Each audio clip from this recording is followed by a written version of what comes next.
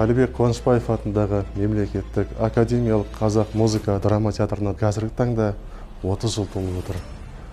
Мінекей, осы тәуелсіздігіміздің 30 жылдығының қарсаңында театрымыз еліміздің тұңғыш президенті елбасы Нұрсұлтан Әбішұлының бастамасымен президентіміз Қасым-Жомарт Кемелұлының қолдауымен үлкен ғимаратқа ие болды. Бұл ғимарат елорда тұрғындары мен көрермендері үшін үлкен жетістік және театрдың бағы.